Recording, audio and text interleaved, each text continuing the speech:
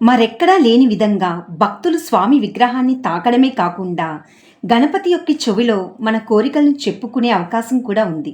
స్వయంభూగా వెలిసిన ఈ విజయ గణపతిని దర్శించుకొని భక్తులు వారి యొక్క కోరికలు స్వామికి చెప్పుకున్నంతనే వారి అభిష్టాలను నెరవేర్చి విజయాన్ని సిద్ధింపచేస్తారు. కాబట్టి ఈయన్ని విజయ గణపతిగాను కార్యసిద్ధి గణపతిగాను భక్తులు కొలవడం జరుగుతుంది.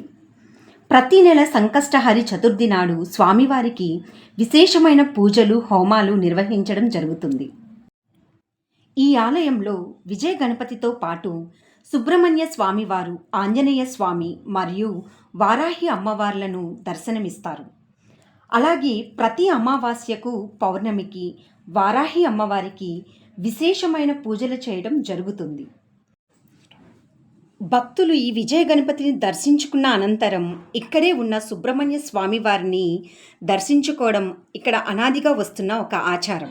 ఈ గుళ్ళో సంకటహర చతుర్దశులు బుధవారములు బాగా చేస్తారు, భక్తులు వస్తారు. ఈ రెండు కార్యక్రమాలు కూడా ప్రతిసారి జరుగుతాయి. ప్రతి నెల సంకటహర చతుర్దశి పూజలు, సంకట చతుర్దశి వ్రతము, హోమము, అభిషేకము, వ్రతకల్పము, కథ, చంద్రార్ఘ్యములు ఇవన్నీ కూడా జరుగుతాయమ్మా.